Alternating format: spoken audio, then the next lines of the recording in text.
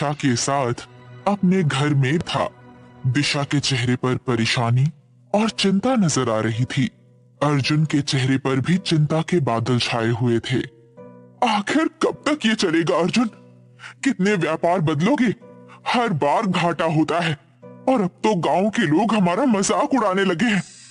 दिशा, मुझे पता है कि मेरी कोशिशें बार बार असफल हो रही हैं, लेकिन जिस दिन मुझे कामयाबी मिली उस दिन सारा कर्ज चुका दूंगा।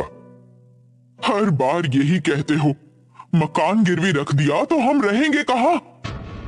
अर्जुन कुछ नहीं कहता और चुपचाप घर से बाहर निकल जाता है। अर्जुन जैसे ही अपने घर से बाहर निकलता है तभी उसके गांव की गंगा मौसी अर्जुन का मजाक उड़ाते हुए कहती हैं, अरे बिल गेट्स, कहाँ जा रहे हो तुम? गंगा मौसी, कम से कम इंसान का मूड तो देख लिया कीजिए। हर वक्त मजाक अच्छा नहीं होता।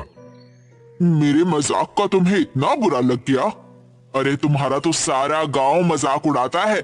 लोग तुम्हारे पीठ पीछे तुम्हें कभी अंबानी कहते हैं तो कभी किसी और बड़े व्यापारी का नाम लेकर तुम्हारा मजाक उड़ाते हैं। लोग मेरा कितना भी मजाक क्यों ना उड़ाए गंगा मौसी, लेकिन मुझे कोई फर्क नहीं पड़ता, क्योंकि मुझे विश्वास है कि जिस दिन मैं सफल हो जाऊंगा ना, उस दिन यही मजाक उड़ाने वाले तारीफ करने वालों में परिवर्तित हो जाएंगे। तभी गांव के लड़के अर्जुन को बिल गेट्स कहकर उसका मजाक उड़ाने लगते हैं। अर्जुन उन्हें नजरअंदाज करके आगे बढ़ जाता है। गांव का मुखिया अर्जुन के पास आता है। उसके हाथ में कुछ कागजात होते हैं। मैंने तुम्हें हमेशा मेहनत करते देखा है। तुम्हारे लिए एक अच्छा मौका है। कैसा मौका मुखिया जी? मेरी पार्ले जी की फैक्ट्री में जान पहचान है। वहां से बिस्किट सस्ते में मिल सकते हैं। तुम इन्हें शहर में बेचकर मुनाफा कमा सकते हो।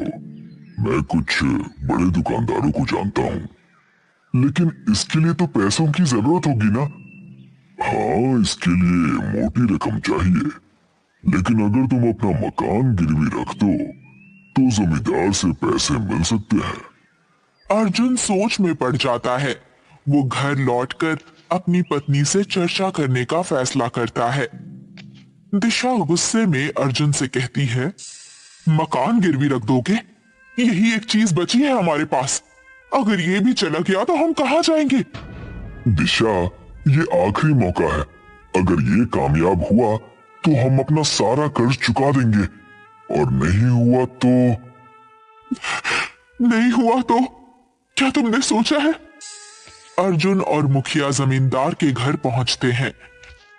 जमींदार बैठा हुआ था। अर्जुन अपने मकान के कागजात जमींदार के सामने रख देता है। जमींदार कागज देखता है और मुस्कुराते हुए पैसे अर्जुन को दे देता है। अर्जुन, अब ये मकान मेरे हवाले है। 3 महीने में कर्ज चुका दो, वरना इसे खाली करना पड़ेगा। अर्जुन कुछ नहीं कहता। वो पैसे लेकर मुखिया के साथ फैक्ट्री की ओर रवाना हो जाता है।